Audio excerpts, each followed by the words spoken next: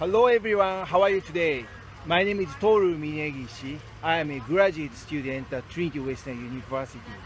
Right now, I am talking to you from the farmers market in Fort Langley, British Columbia.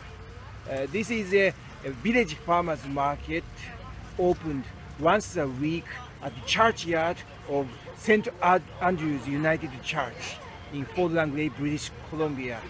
And many local farmers in this neighborhood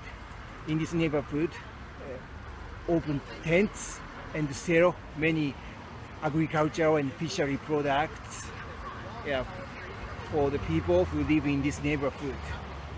As winter approaches, it has been getting colder and colder, so it is important for one to stay healthy by means of eating healthy, natural, organic food and taking sufficient amount of exercise so that one can boost immunity. And also it is important to contribute to the local farmers in this neighborhood by means of buying a good agricultural product, organic agricultural product, and also make contribution to restore the economy of the nation. God bless Canada.